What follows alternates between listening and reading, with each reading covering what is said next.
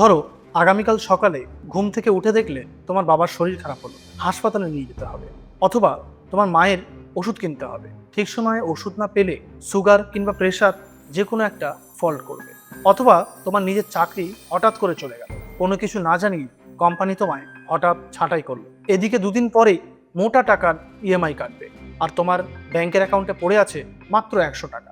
তখন কি তুমি শুধু ভালো মানুষ হওয়ার জোরেই সমস্যাটা সমাধান করতে পারবে? না, কোনো মতেই পারবে না। কারণ পৃথিবীটা যতই আবেগের কথা বলুক, বাস্তবতা একটাই জিনিস বোঝে, টাকা। কেন আজকে টাকা নিয়ে এত সমস্যা?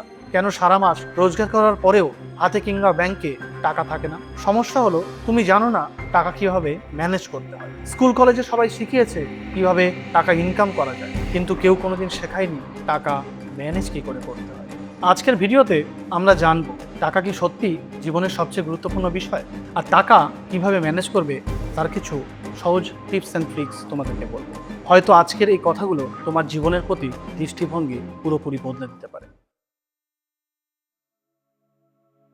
কয়েক বছর আগের কথা, এক ভদ্রলোক, তার নাম সুব্রত, একটা ছোট চিটফান্ড কোম্পানিতে টাকা রেখেছিল। কোম্পানি বলেছিল মাত্র 2 বছরে টাকা ডবল হয়ে যাবে। সুব্রতবাবু ভাবলেন, ব্যাংকে সুদ তো কম, এখানেই নয় রাখি। স্ত্রীর গয়না বিক্রি করে ছেলের পড়াশোনার জমানো টাকা দিয়ে পুরো 7 লাখ টাকা ওই কোম্পানিতে রাখলেন। 2 বছর কেটে গেল, কোম্পানির অফিসে তালা পড়ে গেল, মালিক উধাও। সুব্রতবাবুর 7 লাখ টাকা পুরোটাই জলে চলে গেল। শুনতে এটা শুধু সুব্রতবাবুর গল্প লাগছে, তাই না? কিন্তু একবার ভাবুন, আমাদের চারপাশে কতজন এরকম রাতারাতি বড়লোক হওয়ার স্কিমে পড়ে সারা জীবনের সঞ্চয় হারিয়ে ফেলেছে। সমস্যাটা একটাই, সমস্যাটা টাকা চাওয়াতে নেই, সমস্যাটা হলো আমরা টাকা সম্পর্কে যথেষ্ট শিখি না। অনেকেই বলে টাকায় সুখ কেনা যায় না, কথাটা একদম ভুল নয়, কিন্তু একটা প্রশ্ন, টাকা না থাকলে কি সত্যি দুঃখ কমে যায়? আসলে মানুষ যখন টাকা চায়, সে ভবিষ্যতের ভয় থেকে মুক্তি চায়। কারণ খালি পকেট শুধু পকেট খালি করে তা নয়, মাথাও খালি করে দেয়। একটা কঠিন সত্য কথা বলি, মানুষ তোমাকে যতটা বলে যে সম্মান করে, তার একটা বড় অংশ নির্ভর করে তোমার অবস্থার উপর, বলতে গেলে তোমার আর্থিক অবস্থার উপর। হয়তো এটা শুনতে খারাপ লাগবে, কিন্তু বাস্তবতা অনেক সময় এমনই। যখন তুমি সফল হও, অনেক মানুষ তোমার কথা শুনতে চায়। যখন তুমি ব্যর্থ হও, অনেকেই তোমার অস্তিত্ব পর্যন্ত ভুলে যায়। তাই টাকার পিছনে দৌড়ানো অন্যকে দেখানোর উদ্দেশ্য হওয়া উচিত নয়। উদ্দেশ্য হওয়া উচিত নিজের স্বাধীনতা তৈরি করা, যাকে আমরা বলি ফিনান্সিয়াল ফ্রিডম। অনেকেই ভাবেন অনুপ্রেরণার গল্প শুনলাম, কিন্তু বাস্তব জীবনে এগোবো কিভাবে? সত্যি বলতে, স্বপ্ন দেখা গুরুত্বপূর্ণ, কিন্তু সেই স্বপ্নকে বাস্তবে পরিণত করার জন্য অর্থনৈতিকভাবে শক্তিশালী হওয়াও খুব জরুরি। চলুন জেনে নেওয়া যাক 4টি বাস্তব নিয়ম, যা আপনার ভবিষ্যৎকে আরো নিরাপদ এবং শক্তিশালী করে তুলবে। প্রথম নিয়ম, টাকাকে ভয় পাওয়া বন্ধ করুন। অনেক মানুষ টাকা নিয়ে কথা বলতে লজ্জা পায়। অনেকেই ভাবে টাকা মানেই লোভ, কিন্তু সত্যিটা হলো টাকা কিন্তু কোনো খারাপ জিনিস নয়। টাকা আসলে একটি টুল। যেমন ছুরি দিয়ে ফলও কাটা যায়, আবার কাউকে আঘাতও করা যায়, টাকার ব্যবহারটাও কিন্তু ঠিক সেরকম। নিয়ম 2, কখনো শুধু একটা ইনকাম সোর্সের উপর নির্ভর করবেন না। ধরুন আপনার একটা চাকরি আছে, ভালো কথা, কিন্তু যদি কাল চাকরিটা না থাকে, তাই চাকরির পাশাপাশি একটা স্কিল শিখুন। সেটা ফ্রিল্যান্সিং হতে পারে, ভিডিও এডিটিং হতে পারে, বা গ্রাফিক ডিজাইনিং, বা হয়তো কন্টেন্ট রাইটিং, সেলস, অথবা আজকের দিনে এআই টুলস। যে কোনো একটা দক্ষতা অর্জন করুন।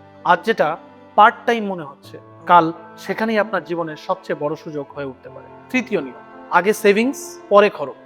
প্রতি মাসে যত কম হোক কিছু টাকা সরিয়ে রাখুন।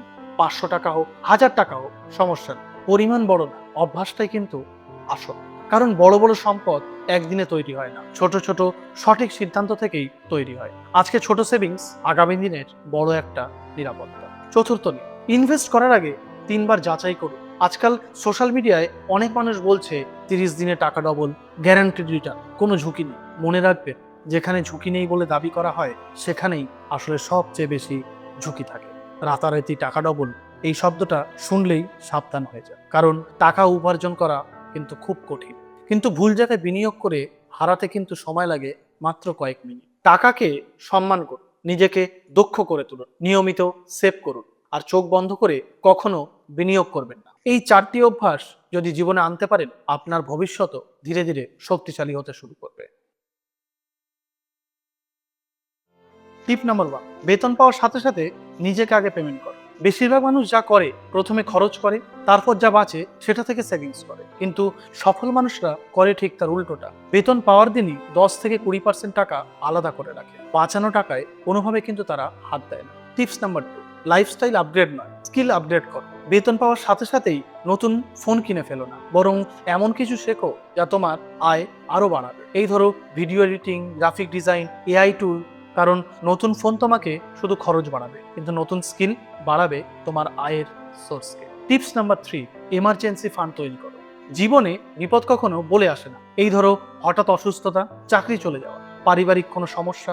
তাই অন্তত 3 মাসের খরচের সমান টাকা ধীরে ধীরে জমাতে থাকো, যাতে বিপদের সময় কারোর থেকে ঋণ নিতে না হয়। টিপস নাম্বার 4, ইএমআই এর ফাঁদে কম পড়ো।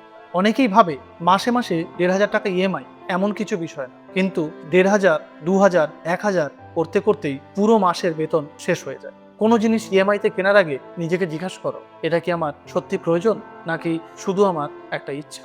টিপস নাম্বার 5, প্রতি বছর আয় বাড়ানোর লক্ষ্য রাখো। একটা ভুল অনেকেই করে, তারা শুধু খরচ কমানোর চেষ্টা করে কিন্তু আয় বাড়ানোর চেষ্টা করে না। প্রতি বছর নিজের কাছে একটা লক্ষ্য সেট করো। এই বছর আমি কি শিখব, যাতে আগামী বছর আমার আয় অন্তত 20% বাড়ে। কারণ ধনী হওয়ার সবচেয়ে দ্রুত উপায় হলো শুধু টাকা বাঁচানো নয়, নিজের মূল্যও বাড়ানো। সর্বশেষ একটি গোল্ডেন রুল যা আমি মনে করি, তোমার প্রথম 1 লাখ টাকা জমাতে হয়তো 3 বছর লাগবে, কিন্তু সেই প্রথম 1 লক্ষই তোমাকে শেখাবে শৃঙ্খলা, ধৈর্য এবং টাকার প্রকৃত মূল্য। মনে রেখো, বড়লোক হওয়া একদিনের ঘটনা নয়, প্রতি মাসে নেওয়া ছোট ছোট সঠিক সিদ্ধান্তের একটা ফল। আজ 500 টাকা সেভ করো, আগামীকাল আর্থিক স্বাধীনতা পাওয়া শুরু হতে পারে।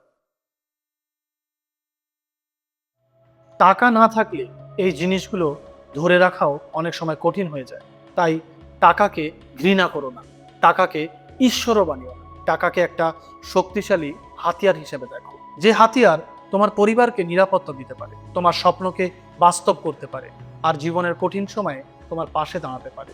তাহলে আজ থেকে শুধু টাকা আয়ের কথা ভাবো না, নিজেকে এমন মানুষ বানাও যার মূল্য আছে। কারণ যখন তোমার মূল্য বাড়বে, তখন তোমার আয়ও বাড়বে।